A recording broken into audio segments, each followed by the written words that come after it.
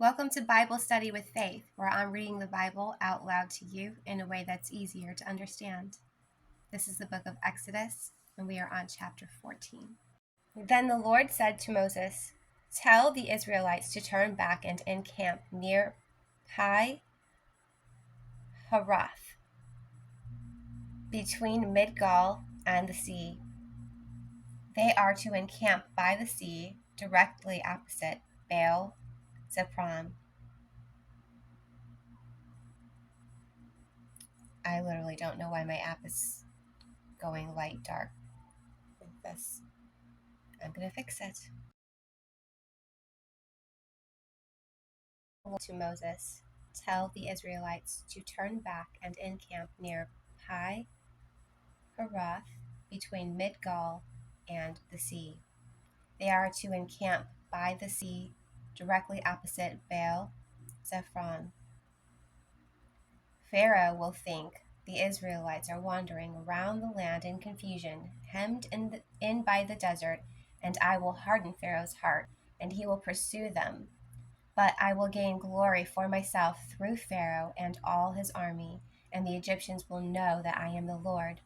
So the Israelites did this. When the king of Egypt was told that the people had fled, Pharaoh and his officials changed their minds about them and said, "What have we done? We have let the Israelites go and have lost their services." So he had his chariot made ready and took his army with him.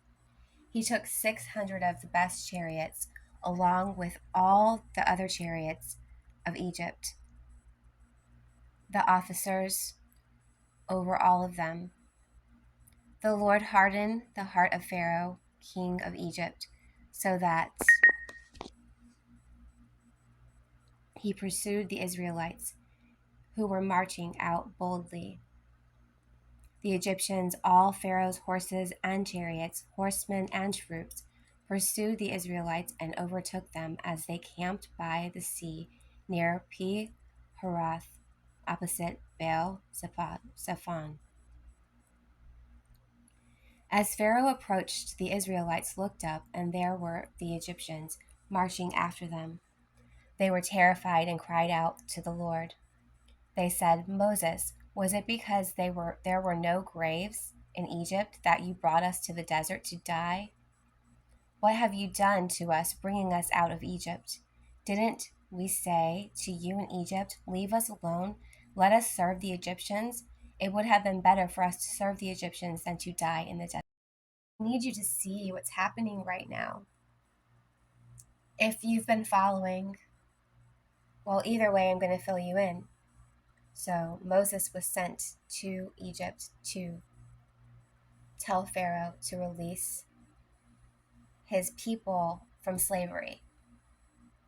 And previous to their release, which has just happened, they were just now released from Egypt. They had been really badly treated.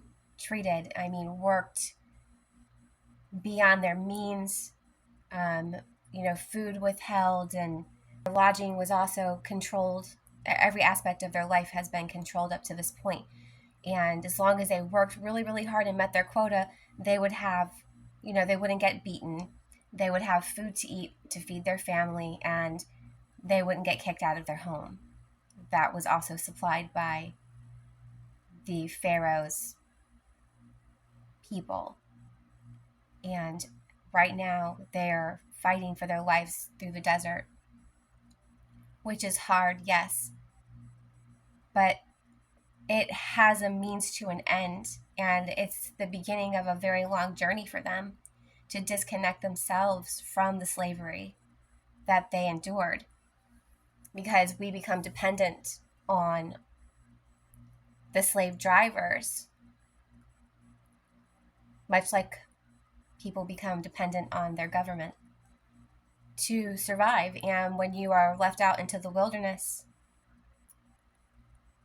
without your master, you don't know what to do. You don't know how to provide for yourself. You don't know when are you going to get food the next time. You don't know what actions to take. You can't just be good and do your job and food falls out of the sky. Or can it?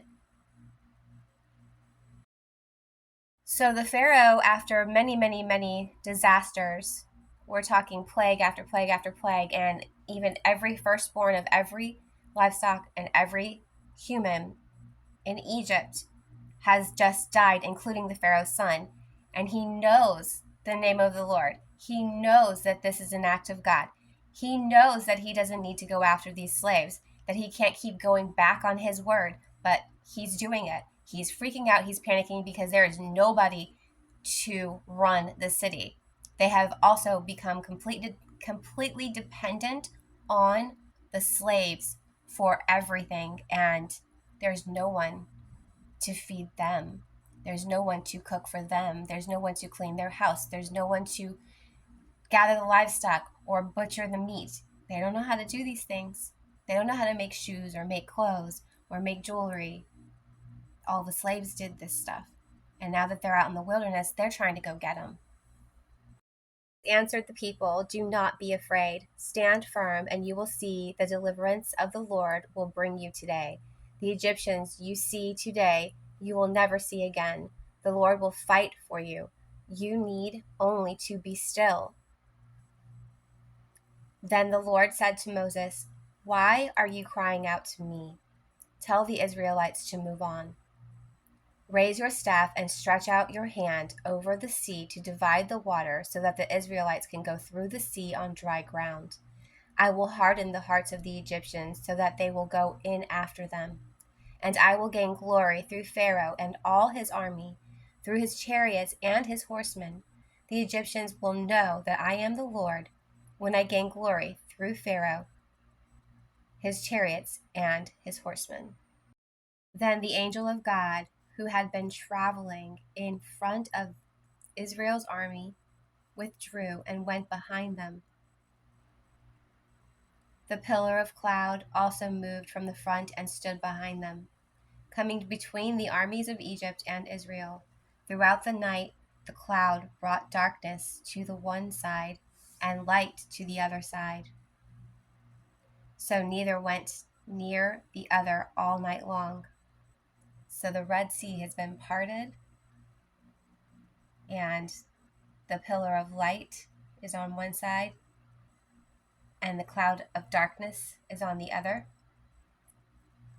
keeping the ocean, the Red Sea, spread apart throughout the night. So that gives you an idea of how many people were set free from Egypt and traveled through the Red Sea to freedom. And now they have soldiers behind them that are trying to capture them and bring them back and make them work again. Then Moses stretched out his hand over the sea, and all night the Lord drove the sea back with a strong east wind and turned it into dry land. The waters were divided, and the Israelites went through the sea on dry ground, with a wall of water on the right and a wall of water on the left. The Egyptians pursued them, and all Pharaoh's horses and chariots and horsemen followed them into the sea. During the last watch of the night, the Lord looked down from the pillar of fire and cloud at the Egyptian army and threw it into confusion. He jammed the wheel of their chariots so that they had difficulty driving. And the Egyptians said, "Let's get away from the Israelites. The Lord is fighting for them against Egypt." Then the Lord said to Moses, "Stretch out your hand over the sea so that the waters may flow back over the Egyptians and their chariots and horsemen." Moses stretched out his hand over the sea, and at daybreak the sea went back into its place. The Egyptians were fleeing toward it, and the Lord swept them into the sea. The water flowed back and covered the chariots and horsemen. The entire army of Pharaoh that had followed the Israelites into the sea, not one of them survived. But the Israelites went through the sea on dry land, with a wall of water on their right and on their left. The day the Lord saved Israel from the hands of the Egyptians, and Israel saw the Egyptians lying dead on the shore. And when the Israelites fought against the Egyptians, the people feared the Lord and put their trust in him and in Moses as his servant.